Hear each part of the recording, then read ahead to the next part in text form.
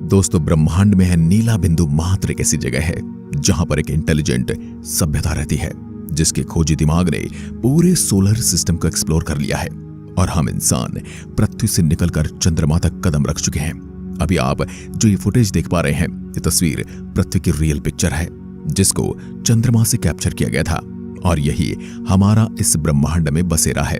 सौरमंडल में वैसे तो 8 ग्रह मौजूद हैं, जिनमें से 4 तो चट्टानी ग्रह हैं, बुध, शुक्र, पृथ्वी और मंगल, और 4 गैसीय ग्रह जुपिटर, सैटर्न, यूरेनस और नेपच्यून। गैसीय ग्रहों में ज्यादातर वहां पर जीवन की पॉसिबिलिटी बिल्कुल भी नहीं है, लेकिन इनके चांद पर हालात काफी हद तक ठीक हैं। कभी आपके मन में भी यह ख्याल आया होगा कि हमारी पृथ्वी की जमीन है क्या? उस तरह की जमीन भी सौरमंडल के दूसरे ग्रह पर मौजूद है। आज हम आपको सौरमंडल के हर एक ग्रह की जमीन दिखाएंगे, जहां पर हम आपको कुछ ग्रहों की जमीन की रियल फुटेज दिखाएंगे जो कि वहां पर अंतरिक्ष अभियानों द्वारा ली गई थी, और कुछ कि हम आपको एनिमेटेड तस्वीर दिखाएंगे ताकि आपको समझ में आ सके। तो आप देख रहे हैं फ्यूचर साइंस यूट्यूब चैनल। सबसे पहले हम बात करते हैं सूरज के बिल्कुल नजदीक बुध ग्रह की। बुध ग्रह बिल्कुल सूखा और वीरान ग्रह है, जिसके पास अपना बिल्कुल भी एटमॉस्फेयर नहीं है। इन एनिमेटेड तस्वीरों में आप देख सकते हैं बुध ग्रह की जमीन समतल नहीं है, बल्कि हमारे चांद की तरह उबड़ खाबड़ है। इस ग्रह की सतह पर कहीं कहीं बड़े बड़े विशाल क्रेटर यानी गड्ढे हैं। कुछ गड्ढे तो बहुत बड़े जो सैकड़ों किलोमीटर तक लंबे और 3 किलोमीटर तक गहरे हैं। इन गड्ढों के बनने के पीछे का कारण वैज्ञानिक क्षुद्र ग्रह और धूमकेतुओं की बुध ग्रह से टक्कर मानते हैं, जिस कारण ये विशाल गड्ढे बने हैं। वैज्ञानिक ऐसा मानते हैं कि मरकरी की सतह पृथ्वी के चंद्रमा की सतह से काफी मिलती जुलती है। इसकी सतह देखने पर चंद्रमा जैसी लगती है।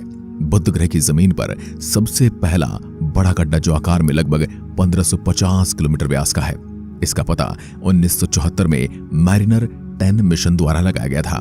दोस्तों, बुध ग्रह के वायुमंडल के अंदर मौसम नहीं पाए जाते, यानी हमारी पृथ्वी की तरह बुध ग्रह पर मौसम परिवर्तन नहीं होते। बुध ग्रह की सतह पर हम उतर नहीं सकते हैं, क्योंकि यहाँ दिन के तापमान का समय 450 डिग्री तक पहुंच जाता है, जबकि रात में तापमान बहुत ज्यादा गिर जाता है। रात में बुध ग्रह का तापमान -176 डिग्री सेंटीग्रेड तक पहुंच जाता है। इस तापमान में इंसान जिंदा नहीं रह सकता। अभी तक बुध ग्रह पर 2 अंतरिक्षयान भेजे जा चुके हैं, मैरिनर 10 और मैसेंजर। अब आ जाते हैं सूर्य के दूसरे नंबर के ग्रह शुक्र पर। शुक्र ग्रह को सौरमंडल का सबसे गर्म प्लेनेट माना जाता है। जी हाँ, सबसे गर्म प्लेनेट।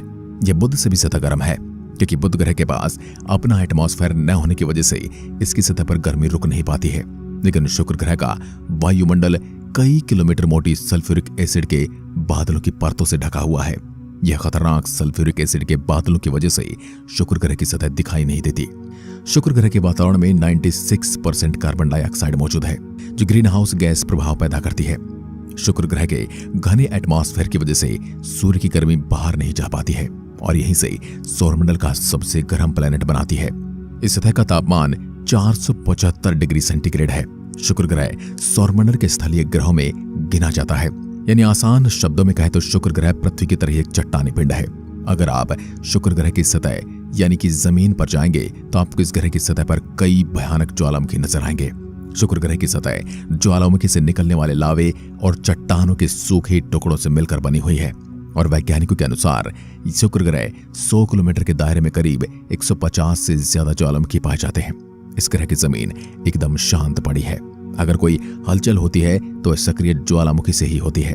बेसॉन से बनी इस धरातलीय संरचना का 65% हिस्सा इन्हीं ज्वालामुखी के लावों से बना है। वैज्ञानिकों की माने तो शुक्र ग्रह की जमीन पर करीब 1 लाख से भी ज्यादा ज्वालामुखियों की मौजूदगी हो सकती है।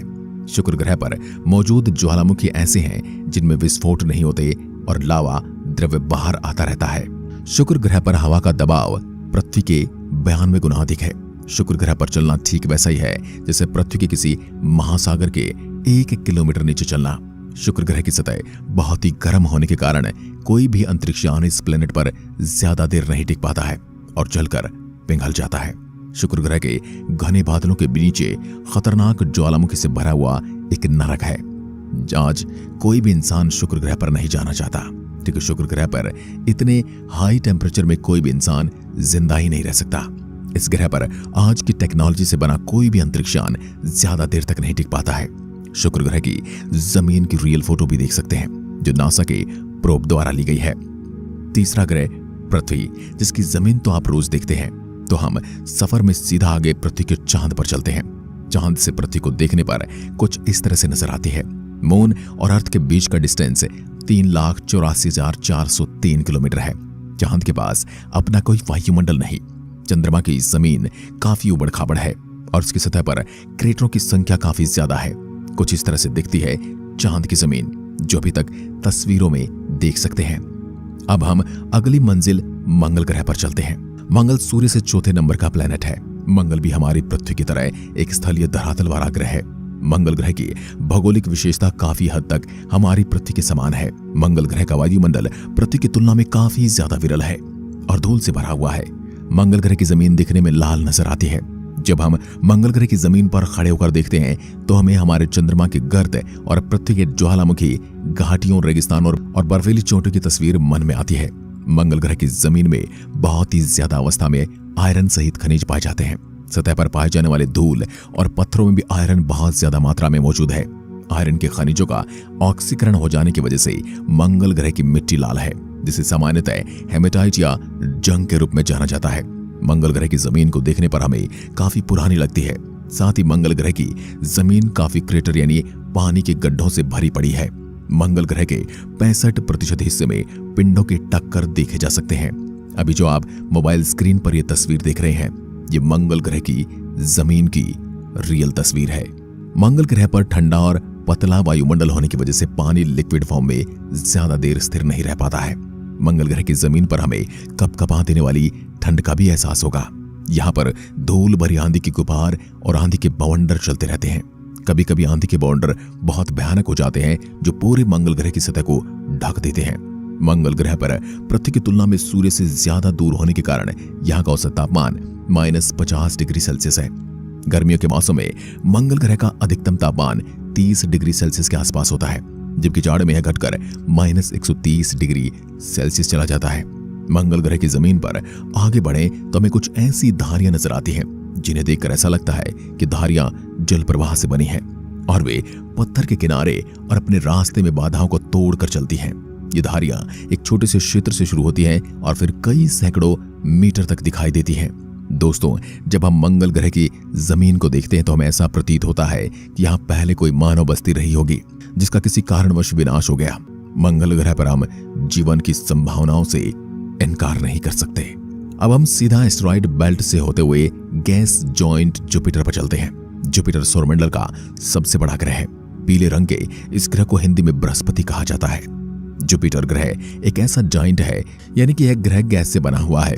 आसान शब्दों में कहा जाए तो इसके हमारी पृथ्वी के जैसी कोई ठोस सतह नहीं है।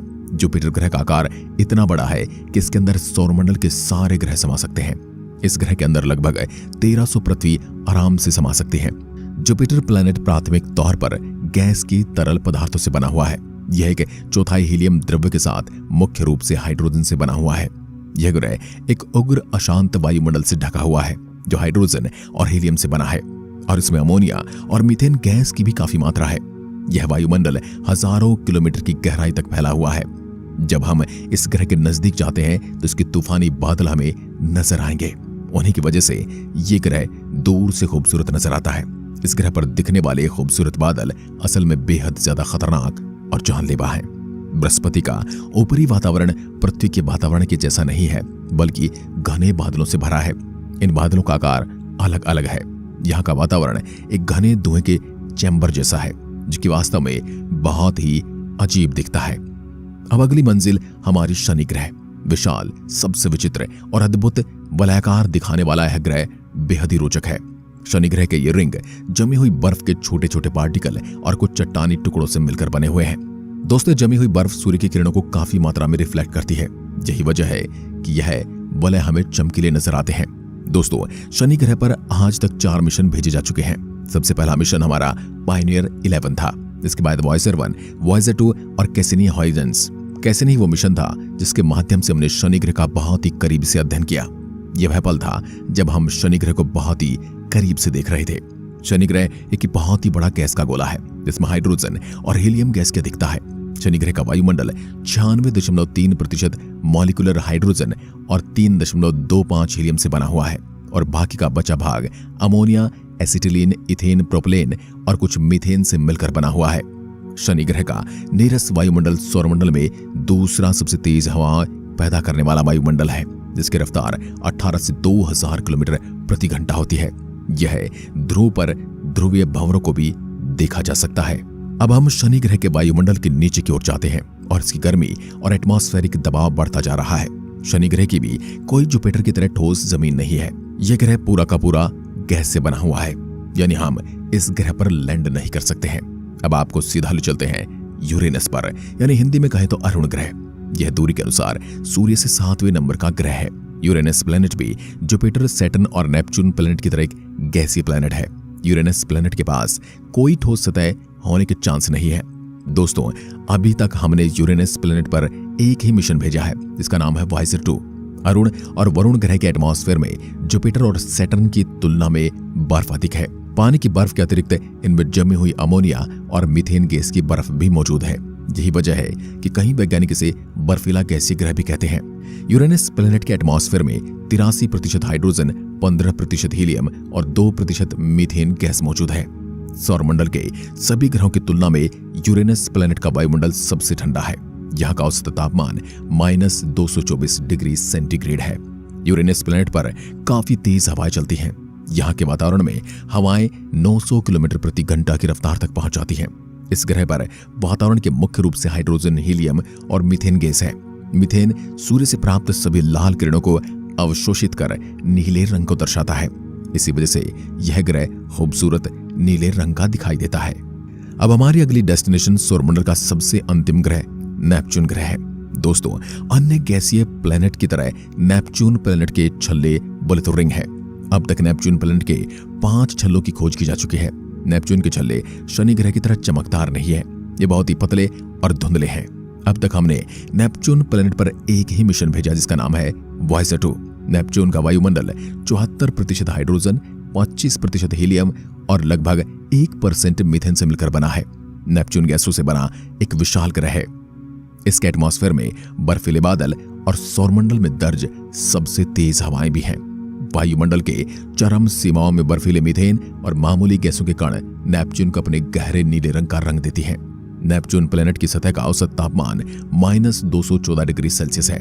वरुण ग्रह की बनावट काफी हद तक अरुण ग्रह के समान है।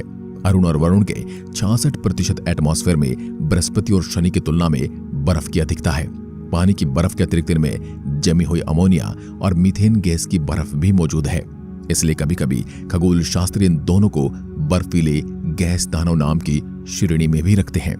अब हम हमारी यात्रा को यहीं खत्म करते हैं। प्लूटो पर हम किसी अन्य वीडियो में जाएंगे। तो कैसी लगी हमारे सौरमंडल की यात्रा? अगर वीडियो अच्छा लगा है तो इसे लाइक जरूर कर देना। वीडियो को पूरा देखने के लिए आपका बहुत बहुत धन्यवाद।